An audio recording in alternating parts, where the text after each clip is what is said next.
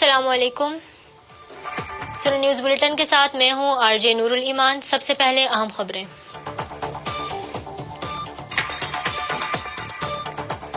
مقبوضہ کشمیر میں کل جماعتی حریت کانفرنس نے کشمیریوں سے اپیل کی ہے کہ وہ جموں کشمیر کو دفعہ 370 کے تحت حاصل خصوصی حیثیت کی منسوخی کے مودی حکومت کے یک طرفہ اقدام کے خلاف 5 اگست کو یوم احتجاج کشمیر کے طور پر منائیں.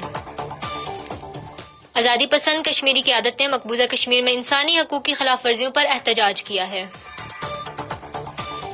بھارتی فوجیوں نے مقبوضہ جموں کشمیر کے مختلف علاقوں میں محاصرے اور تلاشی کی کارروائیوں کا سلسلہ جاری رکھا. نئی دلی کے زیر کنٹرول مقبوضہ جموں کشمیر کی انتظامیہ کی طرف سے ہندو مہاجرین سمیت لاکھوں غیر کشمیریوں کو مقبوضہ علاقے میں زمینوں کے مالکانہ حقوق دیے جانے کے فیصلے کی شدید مذمت کی جا رہی ہے. مقبوضہ جموں کشمیر کے طول و عرض میں احتجاجی مظاہروں کا سلسلہ جاری.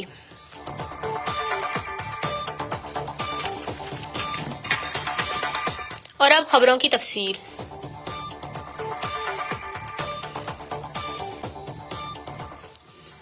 غیر قانونی طور پر بھارت کے زیر قبضہ جموں کشمیر میں کل جماعتی حریت کانفرنس نے کشمیریوں سے اپیل کی ہے کہ وہ جموں کشمیر کو دفعہ 370 کے تحت حاصل خصوصی حیثیت کی منسوخی کے مودی حکومت کے یک طرفہ اقدام کے خلاف 5 اگست کو یوم استحصال کشمیر کے طور پر منائیں.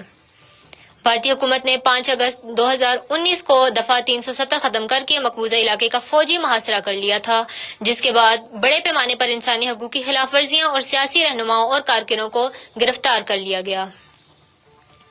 کل جماعتی حریت کانفرنس کے ترجمان ایڈوکیٹ عبدالرشید منہاس نے سری نگر میں جاری ایک بیان میں 5 اگست 2019 کے اقدامات کی منسوخی، 2 سیاسی رہنماؤں کی رہائی اور بھارتی فوجیوں کی طرف سے جاری انسانی حقوق کی سنگین خلاف ورزیوں کو رکوانے اور تنازع کشمیر کو اقوام متحدہ کے قراردادوں کے مطابق حل کرنے کا مطالبہ کیا ہے.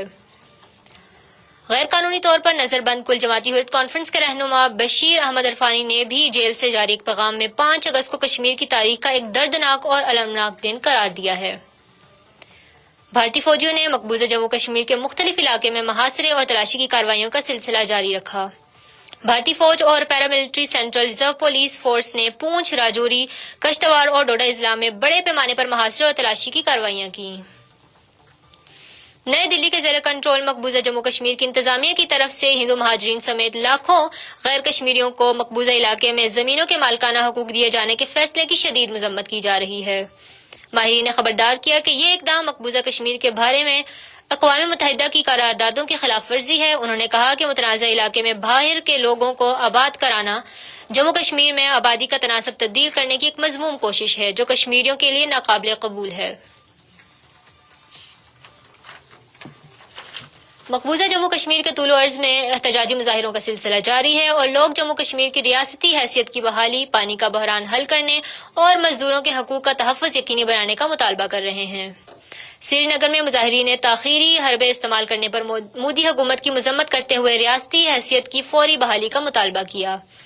شوپیاں میں لوگوں نے پانی کی قلت کے خلاف احتجاج کیا، جبکہ رامبن میں ایک زیر تعمیر سرنگ کے کارکنوں نے آج مسلسل 8ویں روز بھی ہڑتال جاری رکھی.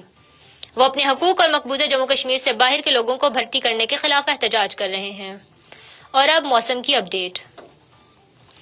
محکمہ موسمیات کے مطابق آئندہ 24 گھنٹوں میں آزاد کشمیر کے مختلف علاقوں میں بارش کا امکان ہے، جبکہ محکمہ شاہراہات کے مطابق مظفر آباد کو حالہ شاہراہ بڑی ٹریفک کے لیے جزوی طور پر کھول دی گئی ہے.